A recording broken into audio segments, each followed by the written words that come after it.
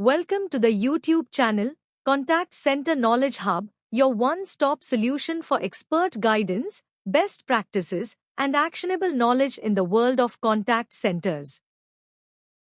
Explore, learn, and enhance contact center skills. Welcome to this session on attrition in contact centers and how it correlates with other critical metrics. Attrition doesn't exist in isolation. When employees leave, it directly affects service levels, average handle time, occupancy rates, abandon percentages, customer satisfaction, and even financial performance. In this presentation, we'll explore how rising attrition disrupts operational efficiency, increases costs, and impacts customer experience, and more importantly, how stabilizing your workforce can improve performance across all key contact center metrics. By the end of this session, you'll see a clear picture of how employee retention drives better operational outcomes, customer loyalty, and profitability. Let's begin with the relationship between attrition and service level compliance, often referred to as SL. When attrition rises, you end up with fewer experienced agents on the floor.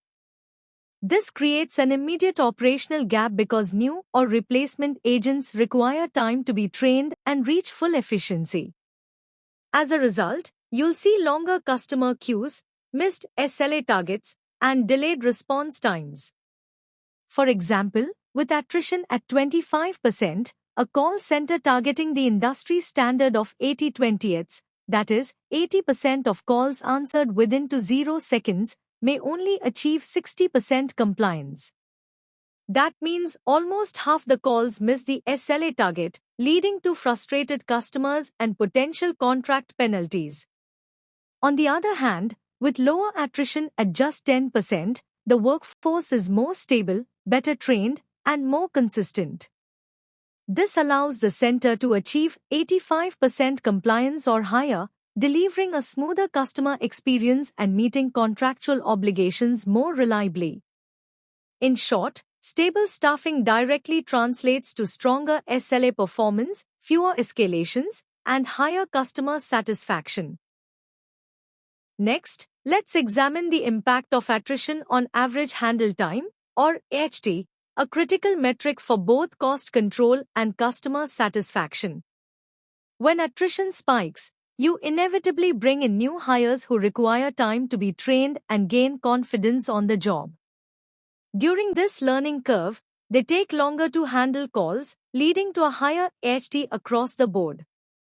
For example, with attrition at 20%, average handle time might rise to 550 seconds per call, as new agents struggle with systems, processes, and real-time customer queries.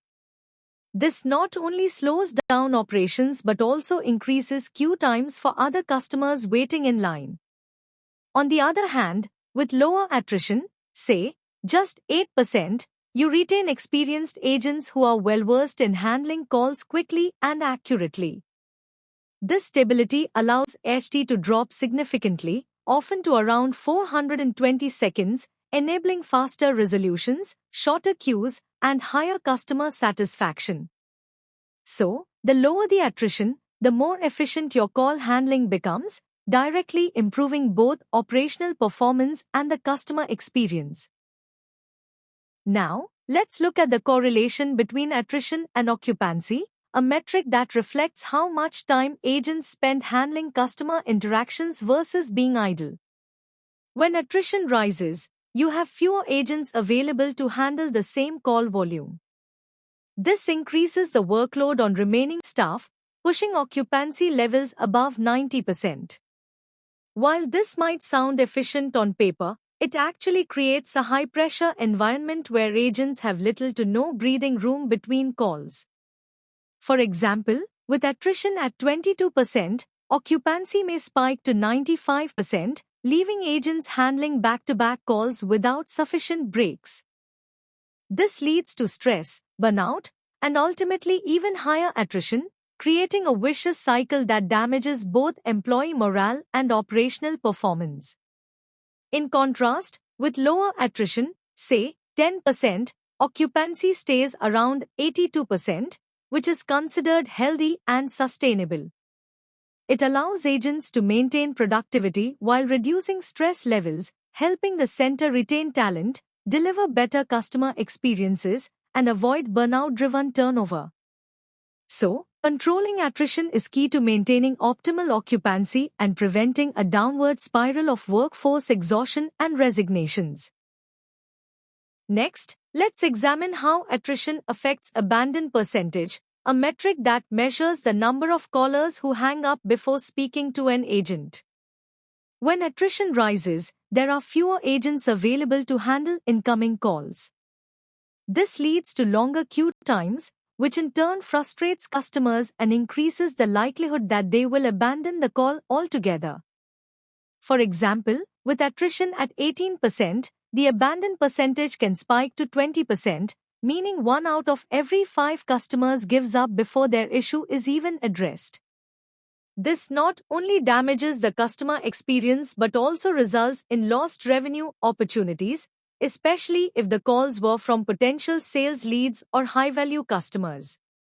On the other hand, when attrition drops to 8%, more agents are available to take calls quickly, reducing queue times significantly. As a result, the abandon percentage can fall to just 5%, keeping customers engaged and protecting both revenue and brand reputation. In short, lower attrition leads to faster responses, fewer abandoned calls, and a much stronger customer experience.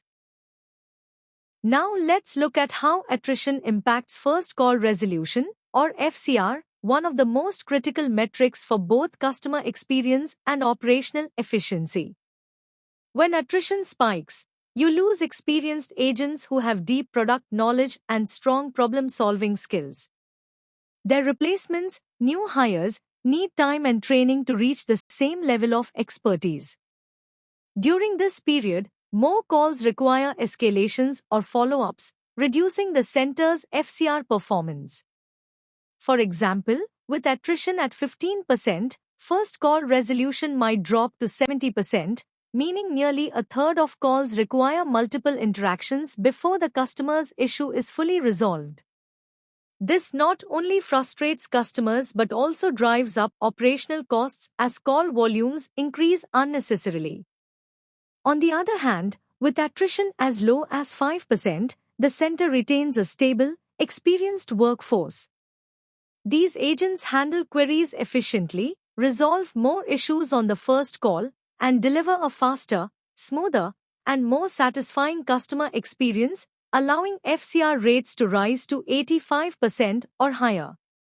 So, reducing attrition is key to boosting first call resolutions, lowering repeat call volumes, and improving overall customer satisfaction. Next, let's explore the impact of attrition on customer satisfaction metrics like CSAT and NPS, two key indicators of customer loyalty and experience quality. When attrition is high, service quality often drops because new or inexperienced agents take longer to resolve queries and may lack the soft skills or product knowledge of seasoned employees. Customers face longer wait times, inconsistent service, and lower issue resolution rates, all of which drive down CSAT and NPS scores. For example, with attrition at 20%, CSAT might fall to 72%, reflecting growing customer frustration with long queues and inconsistent experiences. In contrast, when attrition is kept low, say, at 8%, you have a stable, experienced workforce delivering faster responses, more accurate resolutions, and stronger customer relationships.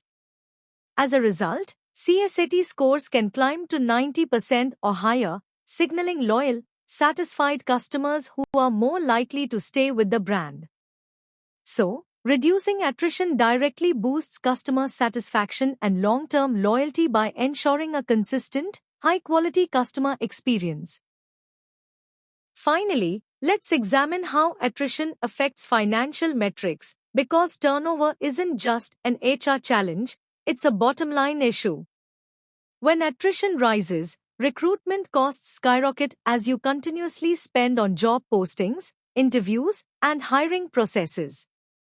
Add to this the training costs for onboarding new hires, and you're looking at a significant financial burden before these agents even become fully productive. Then come the overtime expenses. With fewer agents available, existing staff often need to work longer hours to meet demand, further inflating labor costs. And if service levels drop because of understaffing, companies face SLA penalties and lost revenue opportunities from abandoned calls or dissatisfied customers. On the other hand, when attrition stays low, operations stabilize. You have better cost per call, fewer SLA breaches, and higher customer retention. Over time, this translates into stronger margins, healthier profits, and a more sustainable business model. Simply put, lower attrition equals better financial performance and reduced operational risk. Thanks for watching my YouTube channel, Contact Center Knowledge Hub. If you found this helpful, don't forget to like, share, and subscribe for more insights. See you in the next video.